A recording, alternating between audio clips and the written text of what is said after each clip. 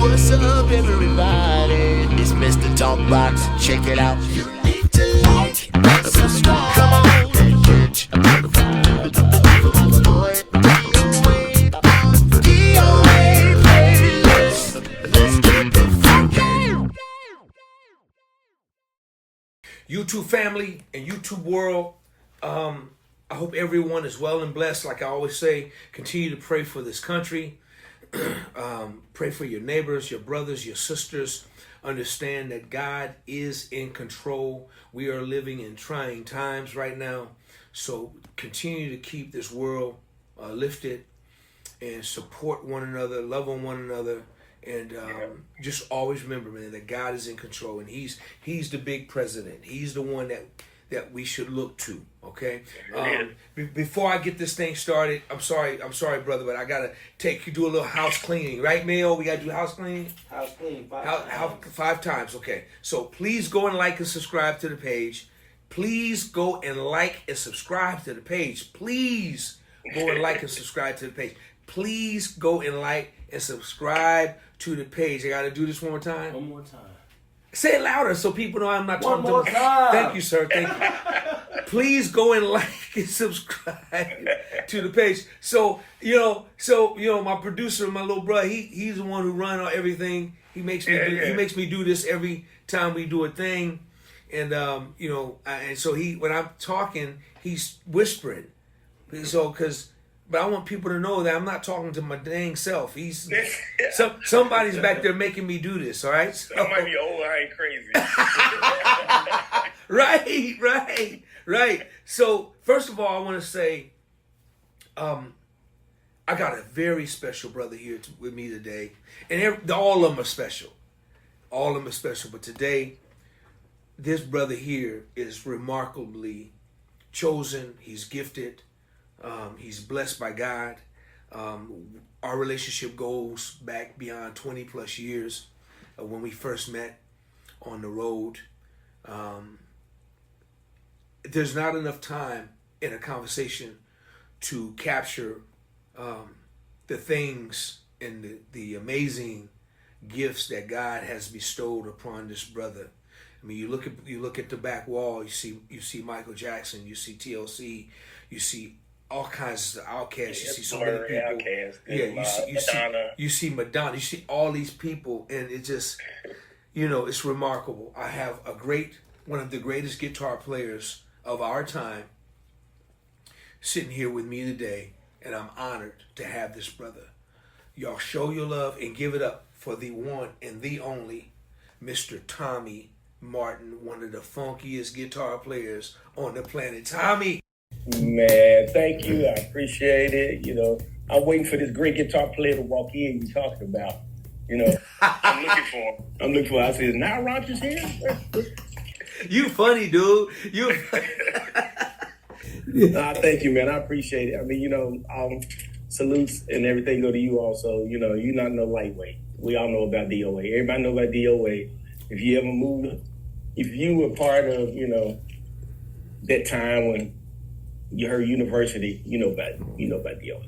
Listen, man, I thank you, my brother. But listen, this ain't gonna be about me today. It's gonna be all about my brother Tomi Martin, this great, iconic musician that's played with the biggest artists in the world. Tommy, thank you for hanging out with me and spending some time, man. I really appreciate it, brother. Man, I have so much love and respect for you, man, and your gift and what you have done in this world, in this world of music, and your accomplishments, man, and what you're still doing, man. At 23 years old, brother. Yeah. How you doing this at 23? Hey, man, I found the elixir of life. Just ain't sharing it with nobody. That's all. When I was going to school at Hogwarts, I found it. Man, don't get me started. I'm still my brother. Tommy, how you been, man? How you been, bro? I've been good, man. I've been blessed. I've been hanging out, living in the ATL, man. The weather finally got good. We had a bunch of rain, but I ain't let that get me down. And I've just been moving along, man, and being happy. That's the main thing. I've been happy and enjoying the point I'm at in this life, the points I've been in, and the points I'm going to. It's just, that's the way for me of getting through. And it's not, I can't really complain about anything. I really can't complain. Yeah. Tomi, I think when I met you, it was on, I think was I playing with Bobby, and were you playing with TLC? You was with Bobby and I was with TLC. Yeah, Yeah. the Humping Around tour. The Humping Around tour. Humping Around tour. And man, y'all had a band, man, dude, was so cold. We loved everything we were doing. We loved, we were all fans. It's something about the area we came up in. Everybody was fans of each other. Ain't that crazy? Because Bob was in Atlanta. We all rehearsing right next door to each other, and then we get to travel the world together, man. Yeah, it was crazy, man. It was nice. It was like the debut tour, right, with TLC, right? It was the debut. It was their debut tour because I played on the record. I was there and around working with them before they even got Chili. I was there when all that was going on, the in and out and the moving around. So I'm doing records and stuff, like their very first video, Ain't Too Proud to Beg. We were there. We were just in there rehearsing. They were outside in the front of the building.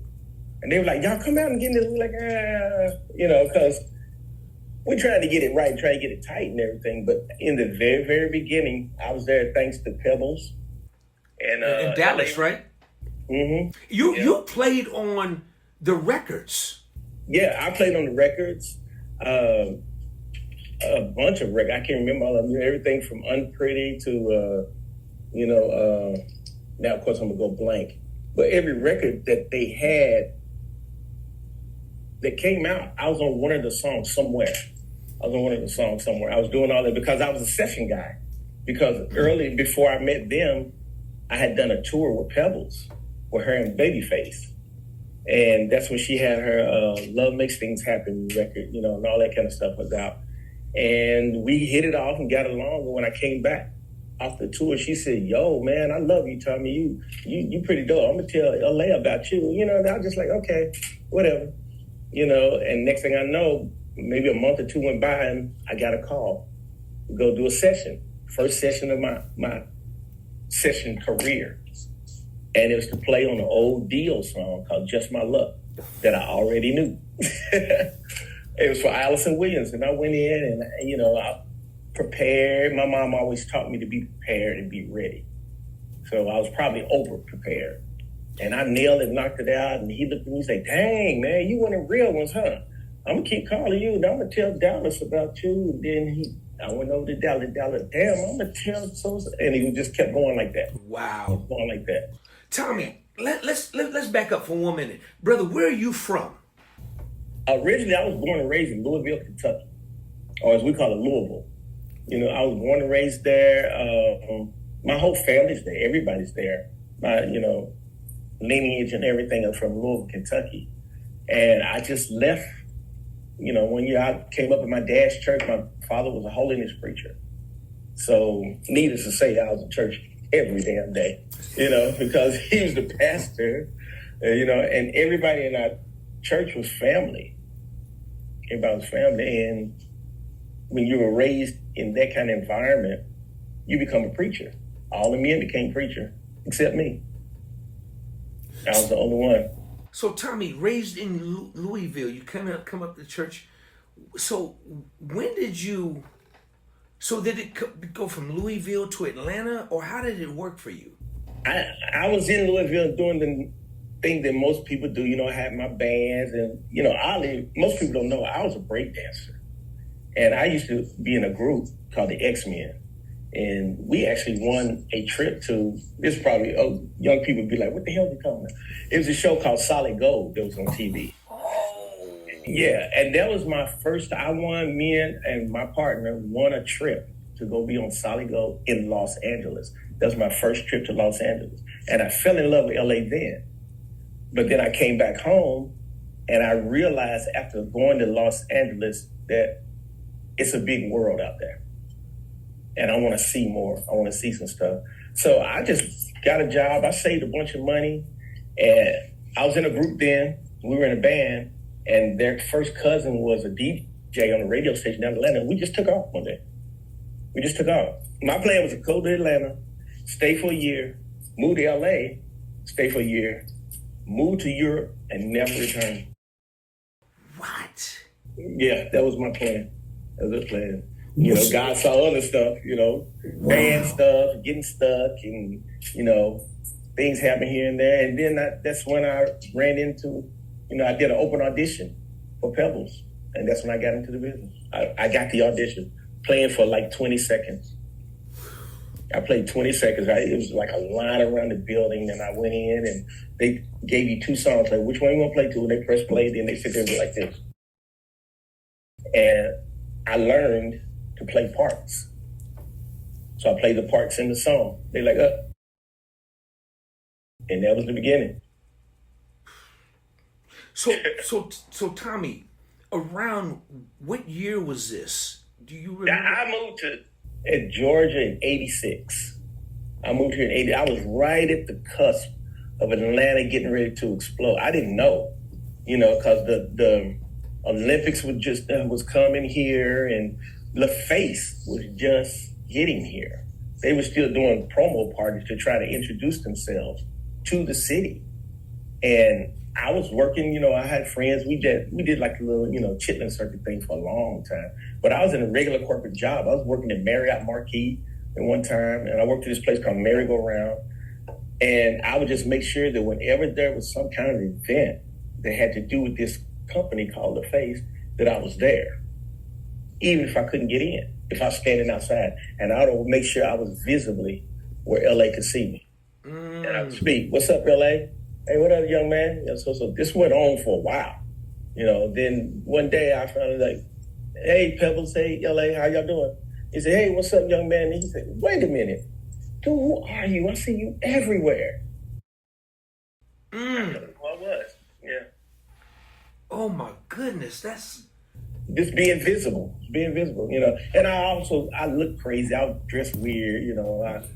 I had the whole 80s, you know, cross between looking like, you know, Turbo from Breaking to, you know, to Janet Jackson, because I had a big weave in my hair down to here, you know. So when I did go out with Pebbles, everybody thought she had a female guitar player, you know. Like, I got this dope girl, like, it was me. That's crazy, dog. That's crazy, man. So, Tomi, man, you are so. I mean, you are so embedded in that city. Yeah. In the music. Atlanta is like a music mecca, and you were there from the beginning. Yeah. That's what you're explaining now. Because I remember Atlanta was just was a farm country town, and you're right, man. The Olympics hit there. You know, Jermaine Dupri hit there. LaFace hit there. You know, everything just hit there, man. Yeah, and you were there. Zone, Tricky, Dream. Yeah, exactly. Everybody hit there, and you were there in the midst of it all, because you pretty much worked on every album. I mean, from Outkast to you know, Goody Mob, to everybody. Yeah. Everybody a part of that scene. Talk a little bit about you're talking about the coming up of Atlanta. And I remember that season. That season, man, because eventually I ended up spending a lot of time out there at Bosstown. You know, Bosstown. Yeah, I did a lot of stuff at Bosstown. Exactly. Yeah. So Tomi, you had all these big studios, man. You had, you know, everything. Atlanta just started cracking. Talk a little bit about that history there, and it seemed like it all happened at once, man, and it just exploded. Like an explosion, man. It was like it happened out of the blue. It was like one day it wasn't there, and the next day it was. And we didn't know what was going on. We really thought it had a lot to do with the Olympics, but LaFace was really making strides. They were really making strides, and everybody was in a group and in a band, and I was one of the only people that kind of got introduced to that scene. When they put out, the only person from LaFace, I think, that I didn't play on the record was Damien Dane. That was their very first artist. they had a song called Exclusivity. And it was like, okay, that's cool or whatever. But next thing I know, there was Jack the Rappers, and there was parties over here. There was all these things that were going on, and people were looking at Atlanta. And a lot of the local artists, there was a guy named Kilo and, Mudbone and all these different people, they were starting to pop up and be seen. And I didn't know how to get into it. I got into it by accident. But when I did finally get into it, I realized that what LA and Face were doing was they were grabbing all the raw talent and they were refining it. And, the day that they signed Organized Noise, those three guys, oddly enough, my band was in the next room. Pebbles was signing Organized Noise, and she was trying to sign us. We just didn't sign. And I didn't know I was going to wind up in the dungeon. I didn't know I was going to wind up Dungeon Family. Because I met them and everything was cool, yada, yada, yada, and all that. And, when you do good work and when people start to know you and when you're consistent, you get recommendations. And so they were like, yo, we need you to come over play on this record, man. It's this group, man. These two guys called Outcast, and they working on so and so and so and so. I started with Goody Mob. I did the first Goody Mob record, Soul Food. And they liked what I was doing. And for whatever reason, everybody liked. I had a sound. I didn't know I had a sound. I had a sound. So everybody went, what's that sound that keep coming out of Dungeon Family out of Dallas? It's this guy named Tomi Martin. So people were calling me for that. I didn't know they were going to be, I didn't know that it was going to be an Andre 3000. I didn't know that CeeLo was going to do, what he did. I didn't know all these people were going to do that. I was just working, trying to keep my family together and doing the best work I could, doing the best possible work I could, being on time, being in the studio all night, just sometimes we would just be sitting there and the reels would be running, tracks would be running. Nobody be working on them. We just let it soak in, But I knew I had to be present. I knew I had to be there. And it paid off. Tomi, man. It's hard to explain because when Atlanta blew up, everybody was kind of like, huh? From Atlanta. And then the nail got in the coffin. The last final nail got nailed down when Outkast won at that award show. And Dre gave that speech and said, all I got to say is the South got something to say. That was it. From then on, everybody started paying attention. Right. I started looking, like, wait a minute, this came out of the South, because there was a little thing going on between actually LA musicians and Atlanta musicians. We would hear, now I don't call them Atlanta musicians, because they took a stereotype. They're going to be late, they're going to be lazy. But me and my crew was like this. We were on time. We spent more time in LA than we did here. When artists would come out, they would call us to go play for them on TV shows. Arsenio Hall, all the different little variety shows, they would call us to play with everybody from Usher to Jagged Edge to the Brat to, whoever had a TV show, TLC, all this stuff. And we made a name for ourselves and made the musicians in the city have a good stature. And, Incredible story, man. And that was the launch of. And it was just such a vibe, man. It was a vibe. It was definitely a vibe. Hanging out. You had to be in the right place. There were skating rinks that, all these people hung together. Yes. All these artists and all these producers and all these writers, they knew each other from school. I was the outsider, but I fit in. And, people had belief in me. Pebbles had belief in me. Rico had belief in me. Dallas had belief in me. So, Rico stuck me in the first video I ever did. I was like, video? Why you want me in the video? Because at heart, I'm a rock guitar player. And there's a group called Mister, and they wanted me in the video. And I was like, okay, I'll show up. I don't know what you want me to do. And it's Blackberry Molasses. So I'm like in this classic video. It's funny because I'm out there and they got rain machines and I'm playing guitar and everything. And I got my hat pulled down because I'm looking at I was actually hiding because I didn't think it would be a good idea to be associated with this R&B group, me being a rock musician. But it turned out being historic. Wow. Definitely historic because just a big record, a big, huge, a very big record, huge record. Yes. Big. Shout out to my boy Marquez Etheridge. He wrote it. So they got a real waterfall. Yeah. Oh man. Oh my goodness. Come on, man. And there's so many, so many hit records that's come out of that of Atlanta. Just huge records, man. Just accomplishments. And Tomi, you were right there, a part of damn near everything, man. Everything you can think of, anything you can think of, you were right there. From all those big records, working with Tim and Bob out there, and doing the great records. You guys, oh man, come on, man. Vogue and all that kind of stuff. And come on, man. There was a soundtrack that was done. It was called the song of, I can't think of the name, but it was a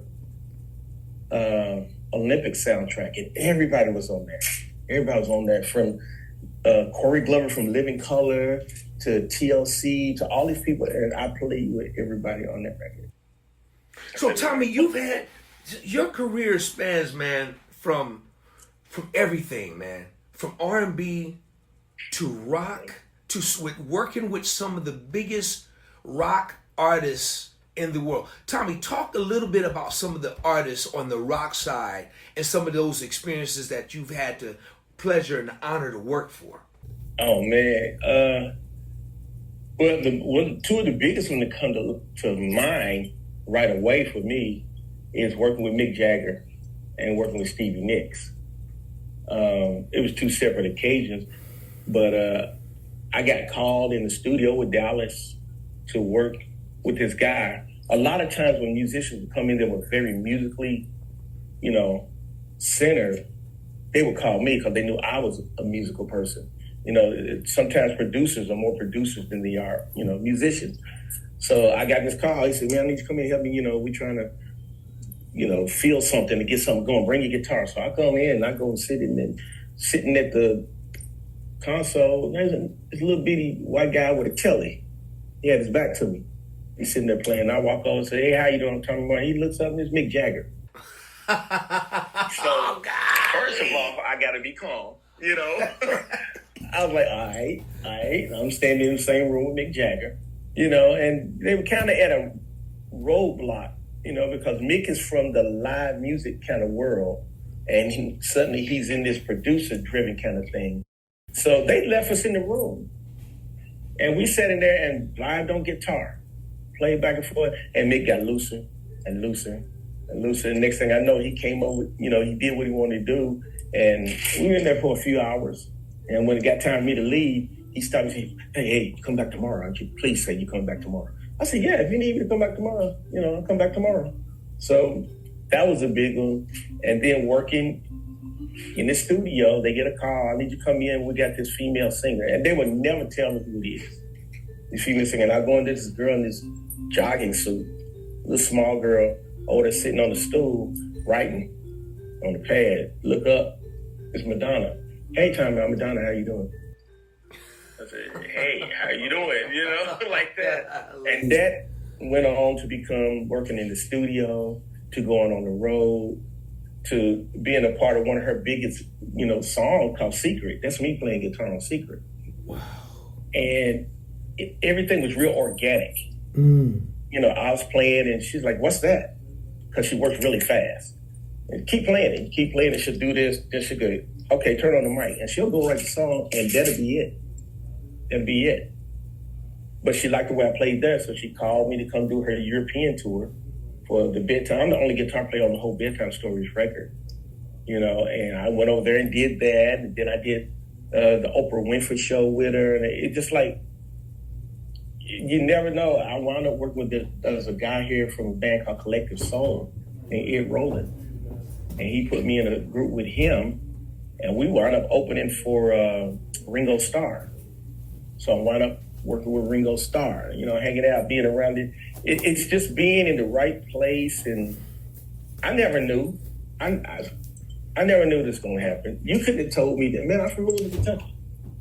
You couldn't have told me, oh, one day you're going to be in Italy and you're going to be at Donatello Versace's house, and every major artist from, that you can think of, from the Spice Girls to the Rolling Stones to Madonna to they're going to be at a big party. You're going to be in that party with them, just chilling, hanging out.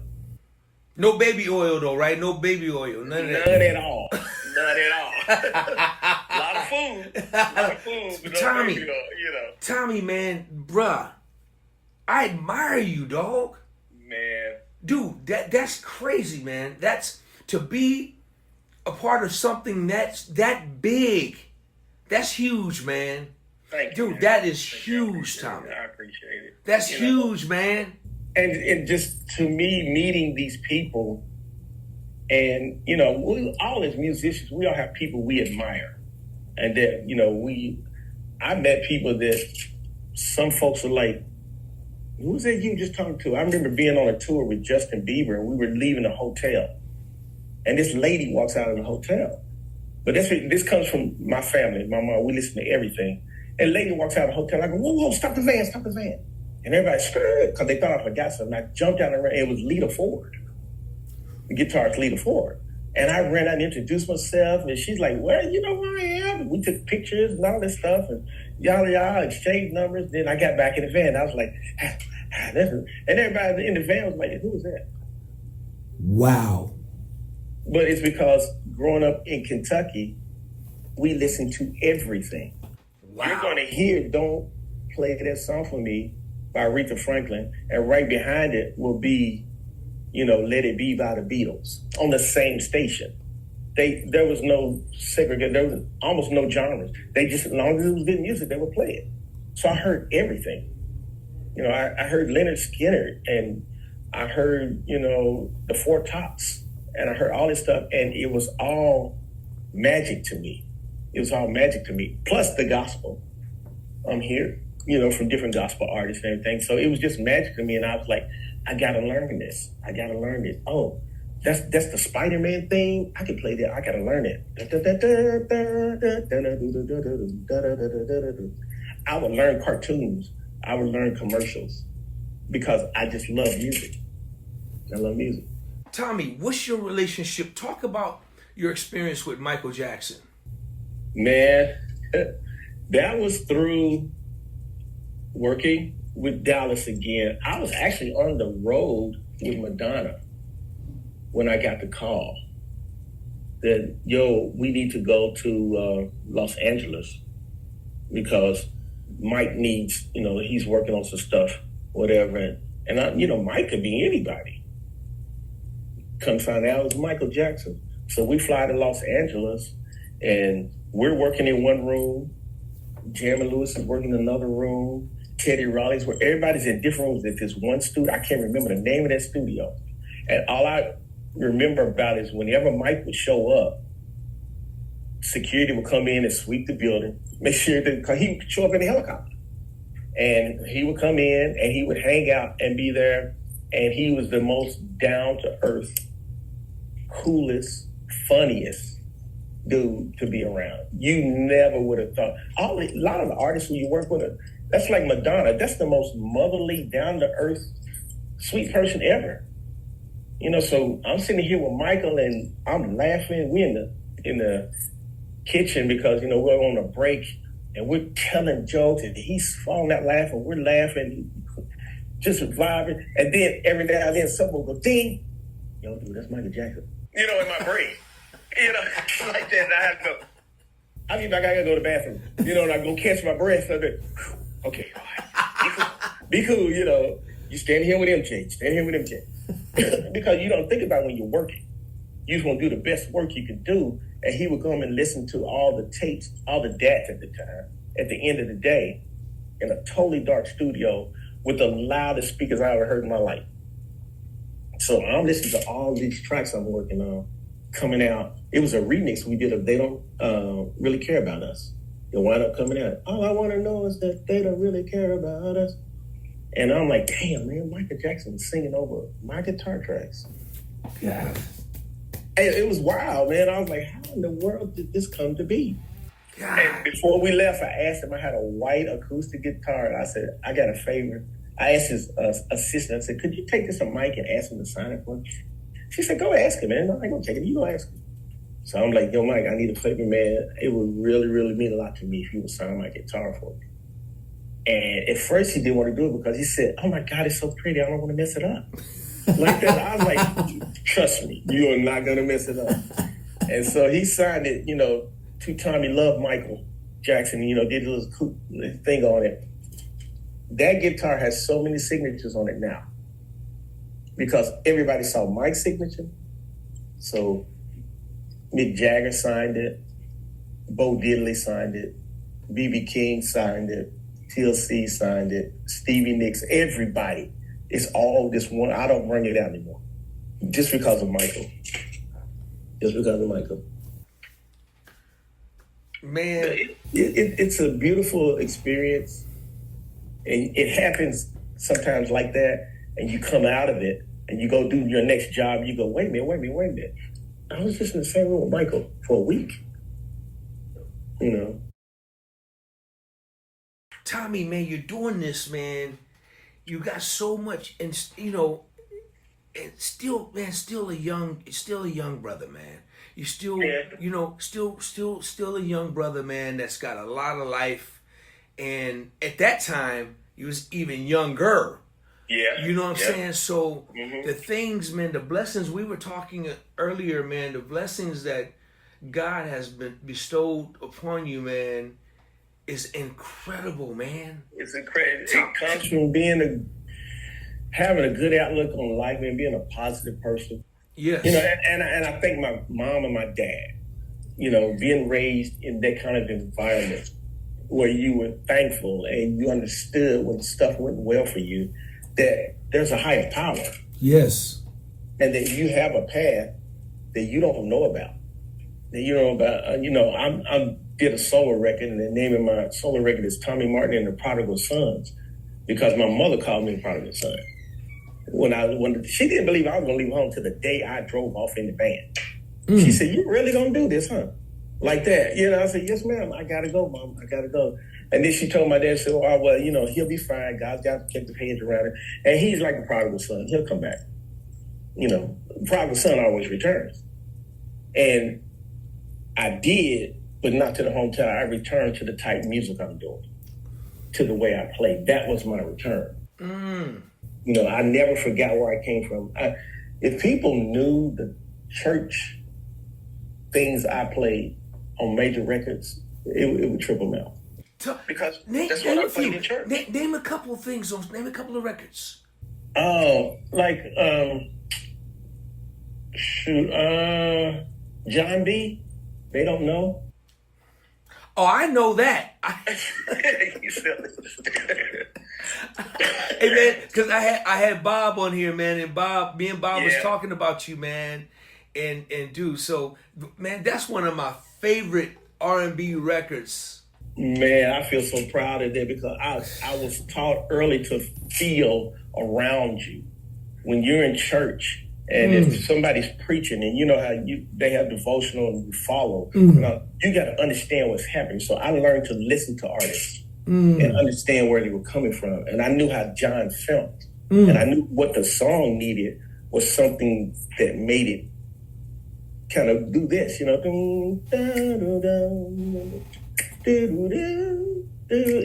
have to sing. It was a jazz musician. I can't remember who it was.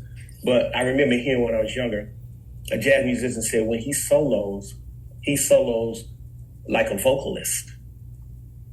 He said, I don't listen to other musical solos. I listen to people's vocals. So I try to make my guitar sing, and sound like a vocalist. So if I do a solo, it's a vocal solo. If I do a part, it's something a vocalist would hear and kind of understand and go along with. So if I played one line, if I play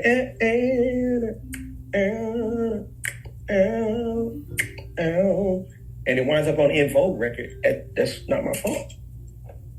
It's my feeling. When I played Unpretty, that's 11 guitar tracks on there. There are 11 guitar tracks because the producer, when producers trust you, they leave you alone. This is what I tell a lot of musicians. When the producer leaves the room, he trusts you. He trusts you. Dallas left and went to the movies. And so I was there bored. And I just kept saying, okay, give me a track, give me a track. And he kept all the tracks. You know, when I work with Dream, if Dream walks out of the room, I know I'm doing the right thing.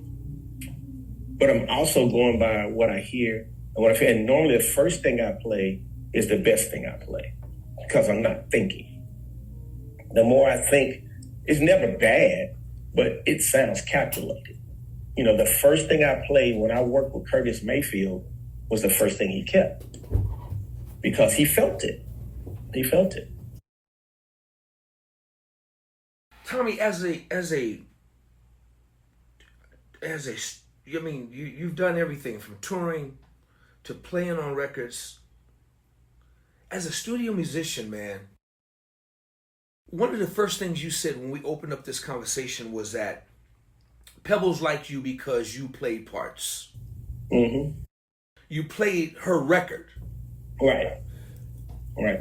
How important is that for a musician to understand that when you walk in a room and you're getting ready to work for artists, how important is it to give that artist what's on their record, to play the parts? If it's one line, 2 notes, 3 notes, whatever it is, how important is it not for you to walk in there and say, oh, well, you know, I'm going to do me?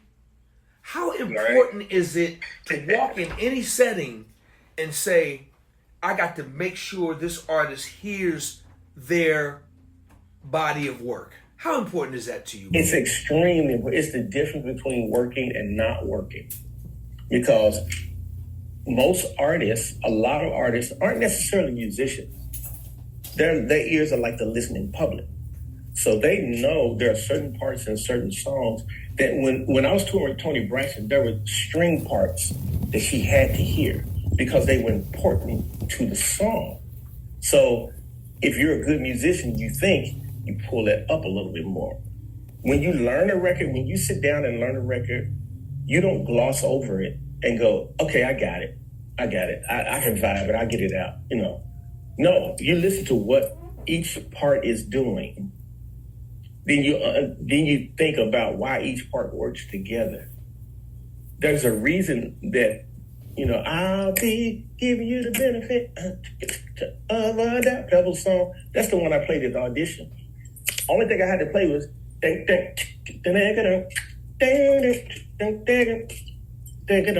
nothing else. That's what's in the record. Instantly, they were like, okay, he pays attention. Come on. If you listen to Al Green and you don't know how to just go, why play it? Why play it? And that's even modern songs. There were Outkast, Goody Mob type songs that had parts in them I had to learn that weren't even on guitar.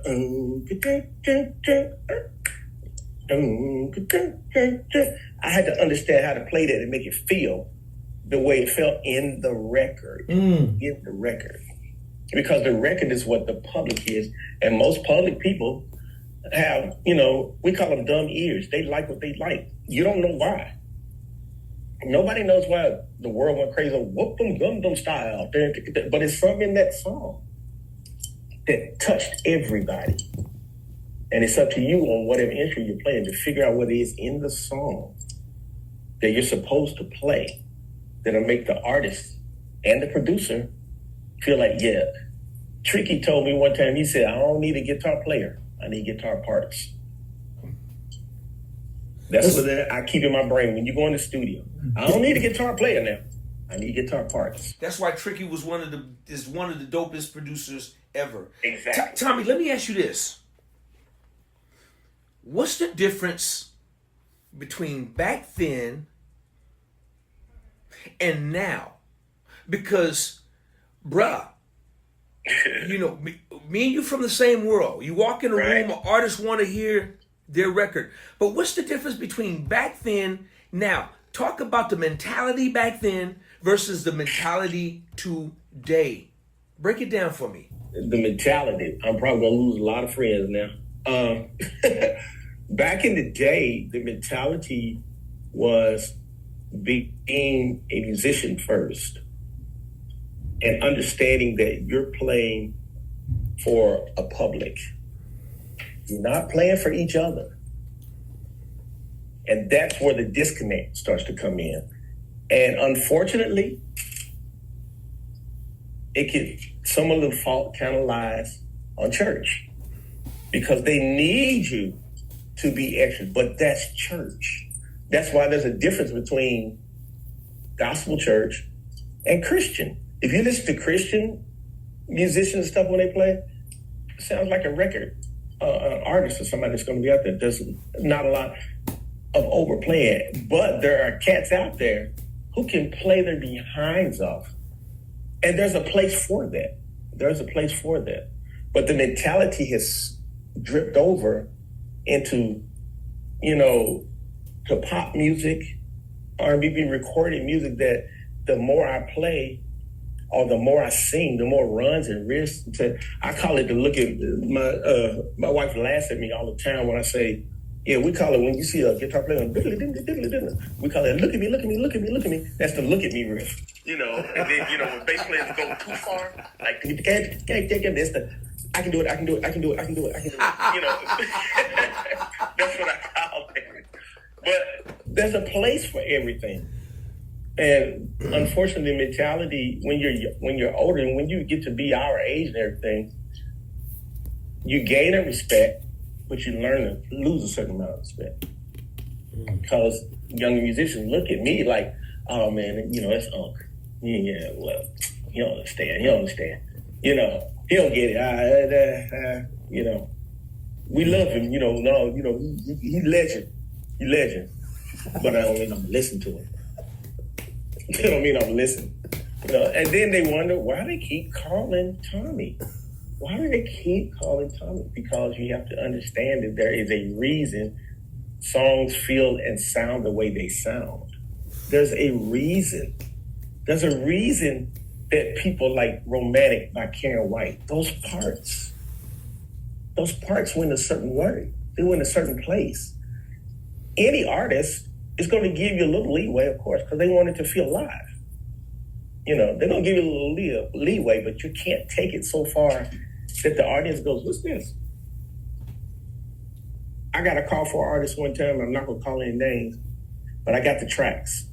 And the artist is a nice, very good singer, very good records, but they're all mainly mid-tempo to lower tempo. So I got the live arrangements. The setups for those songs was so ridiculously, incredibly, had nothing to do with the record. The albums didn't know what to do. It was so out of context. With when it finally came down to the song, you going, why did we do that? That's the disconnect. That's the disconnect. And then instantly when I hear something like that, I go, oh, okay, they're younger than me. I get it. They're younger than me. You can be too busy. To sit in a pocket and play a groove will work every time. Every time. A lot of musicians nowadays, they get fired so fast from James Brown now. They would get fired so fast. Bro, if you don't sit on it and hit it, don't move. For 5, 6, 8 minutes. Parliament Funkadelic. And that's what I came up hearing. I didn't want to be solo. I didn't want to be a guitar solo because I didn't think I was good enough. I'm a rhythm player. I was a rhythm player first. Then I learned to solo. I didn't think I could solo. Then Ernie Osley and Jimi Hendrix, and I ain't trying to get out there. No. George Benson. But by playing rhythm, it taught me how to solo rhythmically. Tomi, man, whenever I do this, I tell people, man, I don't have no clap machine, but just know that's 50,000 plus people standing up for you, clapping for you, bro. Just know, because you're kicking so much knowledge, man, and there is a disconnect. There's a disconnect between the new millennials and the old millennials. You know what I'm saying? Exactly. Forget OGs, old millennials, if that makes sense. That's a new thing, a new phrase. But there's a disconnect, and I think it has to do with conversations like we're having right now, man. You know, and I'm wishing that my younger brothers and the newer millennials, if they was to listen to this conversation, they would respect it. You know, because you're not talking down on nobody. No, you're just not at all. Tommy, you're one of the most accomplished guitar players of this century. Period. Hands down, bruh. Thank you. And you're so humble about it, man. You're so, you know, I'm just Tomi Martin. You know. Hey, that's the way it is, really. To me, that's what I was going to say while you were saying it. Something came in my brain. You have to set your ego aside. You have got to set your ego aside. Ego has nothing to do with it. Because the minute you think that you the bomb and you the living in, all you gotta do is pick this thing up right here and hit TikTok, and you'll find a 10-year-old that'll play you under the carpet. You'll find a 14-year-old that will knock the wind out of you. So your ego has to go to the side. I know other guitar players that are amazing. I know a bunch of guitar players that are amazing, and I will recommend them, but in this business, they're more than being amazing. It's your work ethic. It's your attitude. It's your presentation. It's how, if people don't want to be on a tour bus for 6 months with you, why would they hire you? If they don't want to be around you. If you got an attitude like, oh man, I know what this is. I can get it. Don't worry about it. Don't worry about it. People gonna look at you like, you know, I knew a band for an artist, major artist, that he had, and the artist had an idea musically. Yo, let's try so-and-so and so-and-so.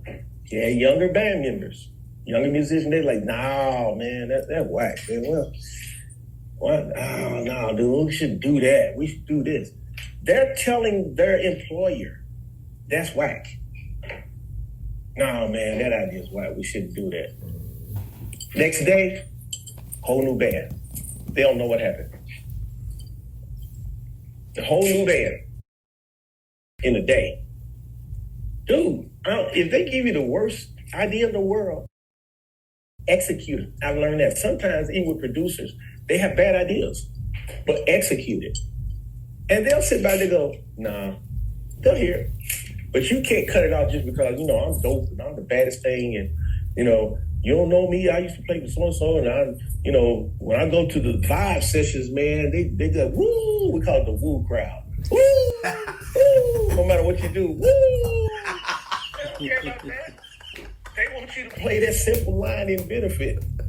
You know, I know you can play. That's easy. But can you retain? Come on, brother. You know, there's a difference. Come on. you know. Man, Tommy, listen, man. I just pray to God, man. This is one of the dopest conversations I've ever had, man. Oh, man, thank you. And the reason why, because it's coming from someone who has done it all. And you're educating, man. You're educating on how to win.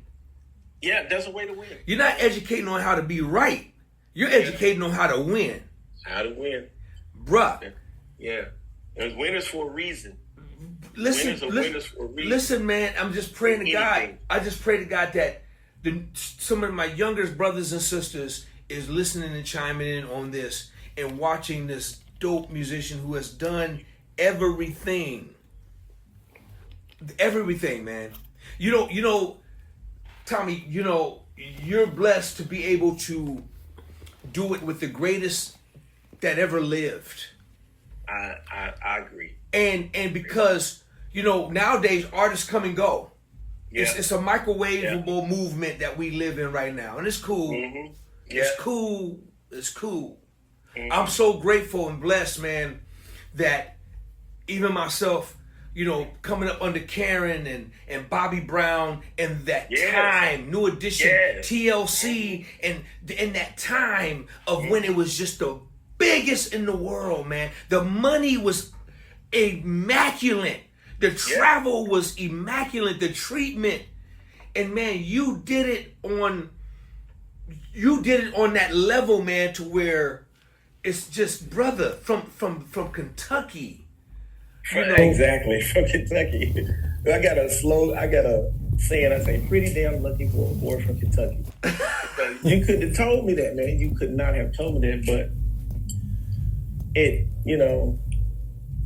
there's no way you could have told me that I would have played on a record with somebody I idolized named Curtis Mayfield, and that somebody else would learn it and cover the song that I was playing.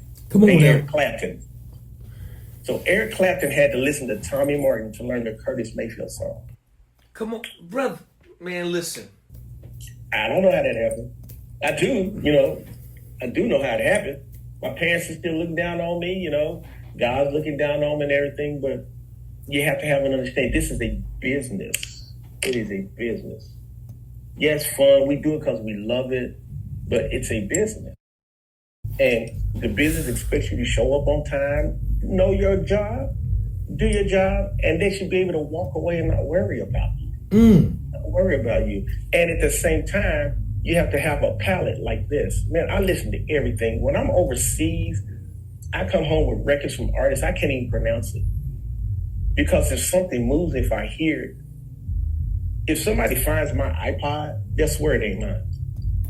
I swear it's not mine. Because there's it's all R&B, so and so. No, man, it's everything in there from Tom Waits to Calexico to Jane Wheatland to the B-52. It's everything in there.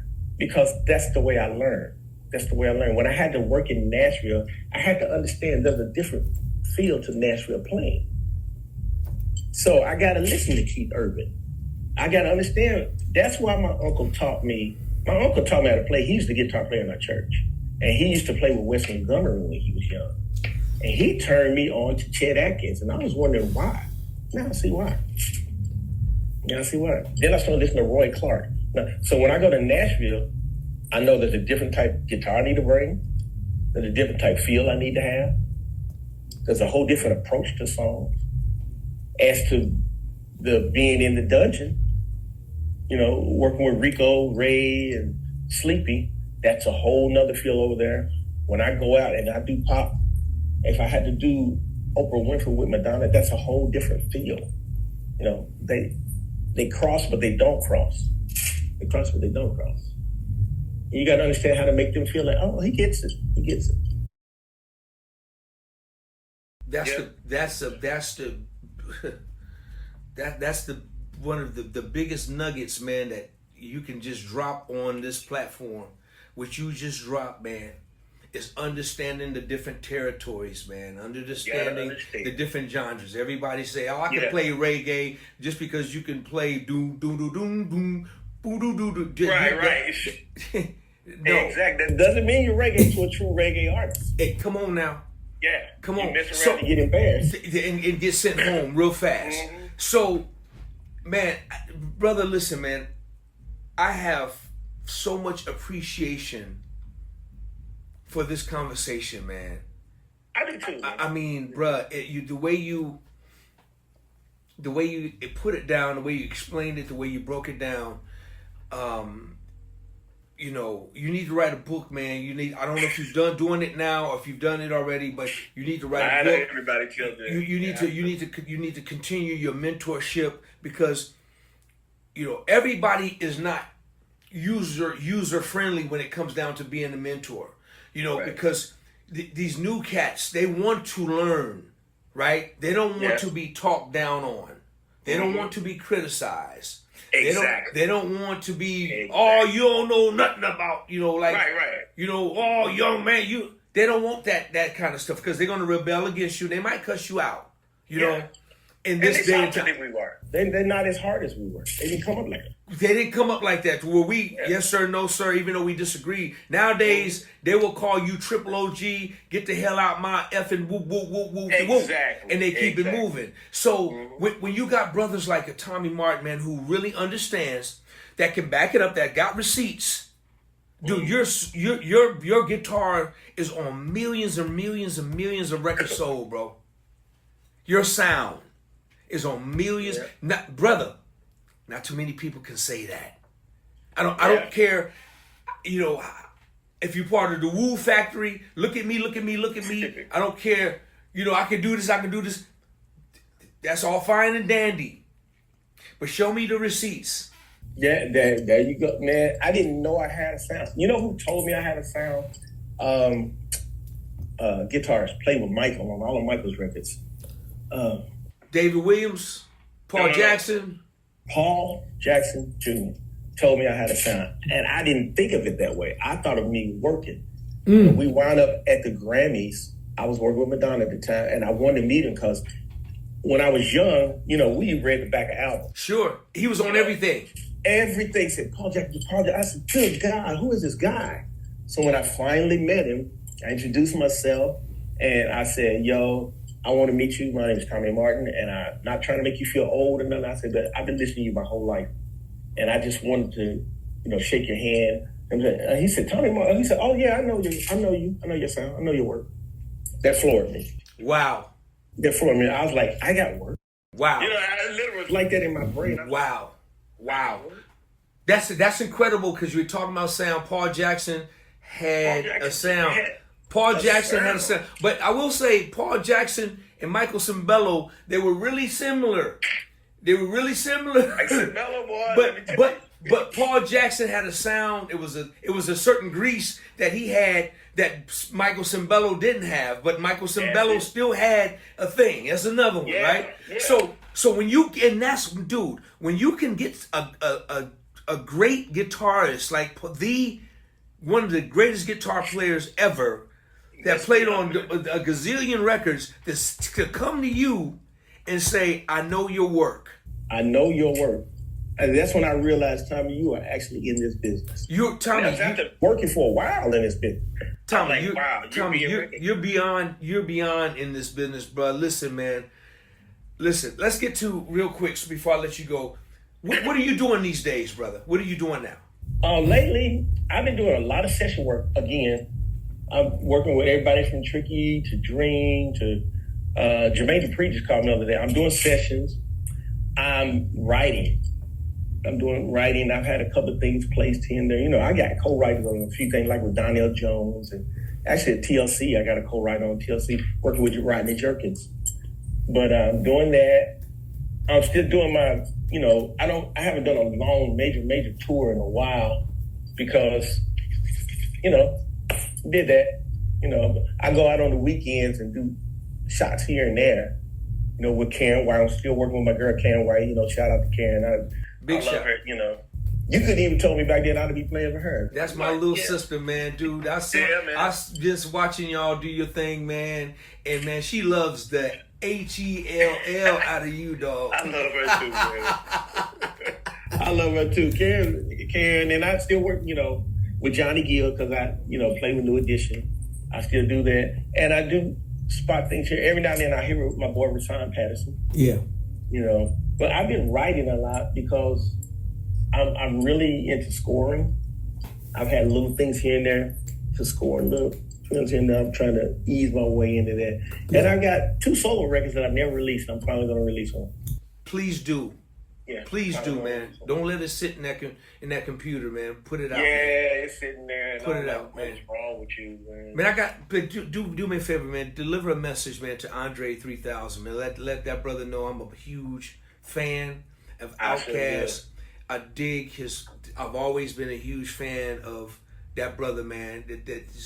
He's soul brother number 2.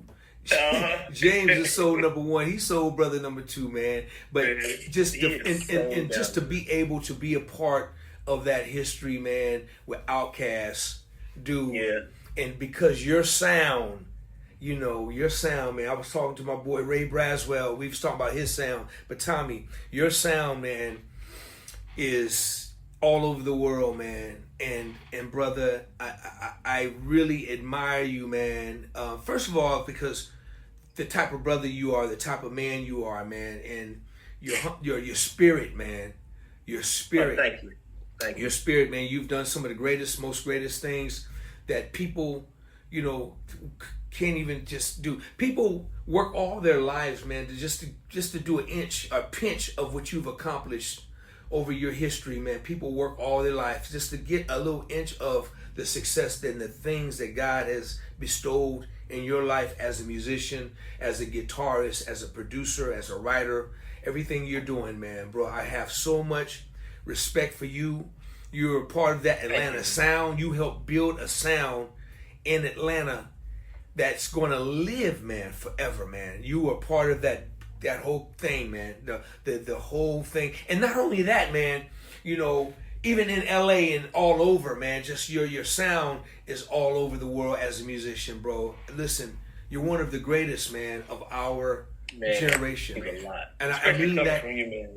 I mean that with every inch of my soul and my being, bro. And I'm just honored to be able to call you my friend and my brother, man.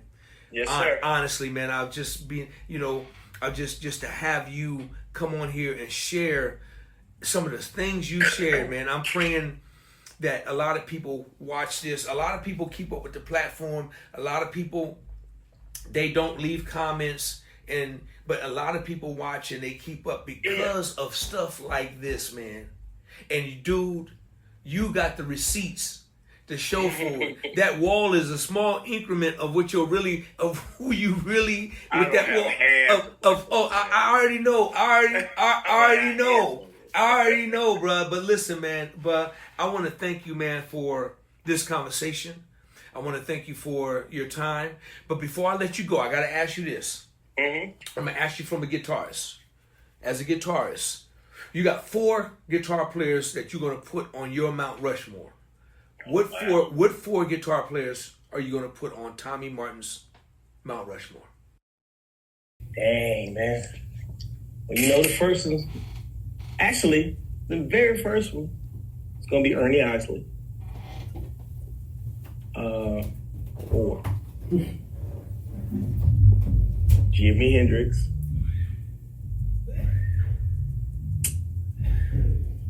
Phil Upchurch. And Prince. Yeah. Because I think Prince is kind of underrated. You don't know how deadly he was, you know. And if I had to change anyone out, I would put, if I got a chance to put a fifth one, it would be Bo Diddley. Bo Diddley was a very big inspiration to me because he sounded like church. He felt like church. And I got to sit and talk to him for about an hour before he played. He tied my guitar. I sat and talked to him, and he enlightened me on so much stuff. But it was his appearance and the way he came across and the way he, you know, he was doing what nobody else was doing, and I knew where it was coming from. I said, the world don't get this, but they get it. You know, there's a reason that all of the European artists back in the day, the Stones, there's a reason they sounded the way they sounded. They were copying us. They were copying Motown. They want, you know, the Beatles, he loves you, yeah, yeah, woo. They kind of sound like Little Richard. So it's like, those are my Mount Rushmore as far as guitar players, you know. You can go on and on, you know. I know it's a tough question, but listen, man, I always get my pick, bro, and I'll tell you something, man. I'm definitely gonna put Tomi Martin up there on that Mount Rushmore, brother. And it's obvious. It's a no-brainer. Why? I want everybody to go Google this man, go look at his Wikipedia, and really get to know who this brother is, and the so many things that he's done at his age.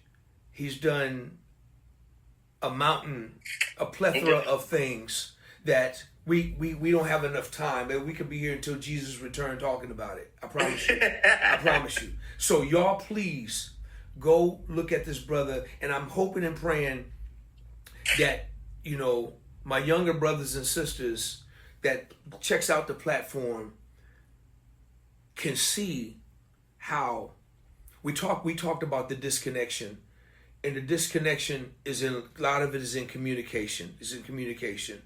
And that causes the misfire and being rebellious and the this and that. It's the communication, because I talk to a lot of them, Tommy, and I'm sure you do, and a lot of them just are uncomfortable with talking to older people because they don't feel like they're talking to, and they feel like they're being talked down upon. And I understand that. I respect that. I totally respect it. But you got to have the mind and be able to want to listen. When you see the brother, when they see a brother like this talking with grace and love, and trying to be helpful, you have to listen, because the things you kick, Tommy, in this conversation is going to help somebody, man. And my goal, somebody did it for me. My goal, I just need for one person to get it. Then boom, boom. Then Tommy, we've done our job, man. If we can just get that. So I'm just, man, listen, brother, I really appreciate you, my brother. Tommy, tell everybody how they can reach you. They can reach me on Instagram at TomiMartin, Tomi Martin. And they can reach me on Facebook at the same thing. The same way. And the best way to catch you is to message me on Instagram. Beautiful. Y'all please go follow my dear brother.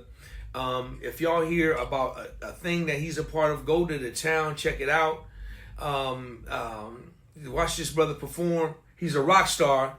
He's whatever that means. Hey, he's just a rock star with just a funky vibe, because he can be funky too. But he's really a rock star. Hey man, first rock stars I ever saw was Gary Schuyler and Mudbone Cooper. Oh, come on, man! Those first rock stars I saw. All of them rock stars, man. They're all rock stars. That's it. That's what I want to do. All of them rock stars, man. Listen, man, I admire and respect what you're doing and what you have done and what you have accomplished. Likewise. Man, I look forward to talking to you. I'm gonna definitely be hooking up with you real soon. Let's do that. And man, I really thank you for your time, Tommy, man. It really means everything to me, bro. It really does. Thank you for what you're doing, DOA. It's reaching more than you think. It's reaching more than you think. What you're doing is reaching more than you think. And the way you're coming to it, from the angle you're coming from, is very easy. It's palatable for everybody to understand and get. It needed to be done. I should have known it was going to be somebody like you. I should have known, Man, I appreciate it, man. I really appreciate it. I'm thankful. I'm grateful. I want to thank everybody for the birthday wishes to me and shout outs. And man, it was just impeccable, man. I couldn't even keep up with my phone. It was incredible. So thank everybody for the birthday wishes. Tommy, man, listen, bro.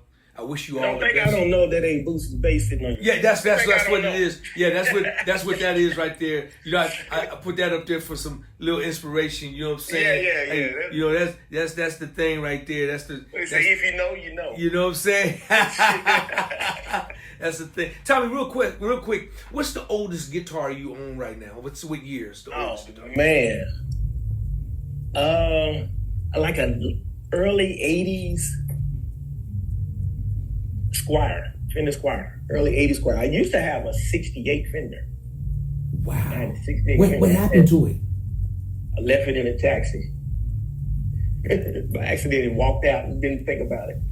But it's probably had my early '80s. I got an early '80s Fender Squire that I bought in pawn shop for like $100, $200. Wow. That I played on every major hit I've ever done. Wow. Every major hit has been that Squire. Really? Yes, and not nothing. And I got some expensive guitars. Sure. People give that 1980s $200 Squire has been on every major record you've ever heard me on, from John B to TLC. Come on, man. That guitar. That's a lesson learned. That goes to show it's not just about the guitar, but it's about these right here. You see them waving right here? That's what that's where everything. Makes me feel good. That's when everything happens. It comes right here. It's God's gift that He bestowed upon this brother to play a Squire. on that many hit records, Squire. man. I ain't mad at Squire. Squire's a great. I love him, man. Hey, I man. couldn't afford a Fender Hey, when I was young. So I come got on some, now. you Come know? on, come on. Hey, man, I cut a lot of bases on a Squire bass, man. And a Yeah. lot of records I've cut, I use a Squire. Believe it or not, Mhm. man. A lot of records I cut. Tommy Lynn, listen, man, I'm going to let you go, brother. Thank you, man. Listen, before I let Thank you. everybody go, I got to say this one more time. Please go and like. So, wait a minute. I got some help. Tommy, when I say hit it, I want you to hit it, okay? We're going to do improv, okay? We ain't got to rehearse, all right? No rehearsal. No rehearsal. No rehearsal. No rehearsal. Just be ready. Just be ready for me, brother. Watch this. Watch. That's proof to the world that how the OGs, the OG triple unks, the whatever y'all want to call us. Watch how we get down. Look, watch this. Watch this, y'all. Y'all go like and subscribe to the page. Go like and subscribe to the page. Go like and subscribe to the page. Go and like and subscribe to the page. Okay, number 5. Tommy, hit it for me one time. Watch this. Go and like and subscribe to the page. I said go and like and subscribe to the page. Go and like and subscribe. Just go like the daggone page and come on inside. Hey. Shout out ATL. ATL in the house. Woo! No, listen to that. Look, no rehearsal, baby. No rehearsal. That's just No from rehearsal. Come on now. Come on through. Come That's on it. now. Y'all can't get it like that, Tommy, man. Thank you so much, brother. I appreciate you, man. I love you, man. I love the gift that God has given you. And man, and I wish you just the best and continued success in everything that you do and that you touch, man. All right. Thank you. And I'll be there. And keep doing your thing, man. Keep doing your thing. I'll be out on the coast in a minute. I'm gonna see. Let me know, bro. Let me know. Yeah. Listen, y'all, please continue to pray for this world. Keep this world in your prayers. Amen. Pray for your neighbors. Pray for your brothers and sisters. Definitely. Black people, they're coming after us right now. Yep. So Most definitely. get ready. Stay safe.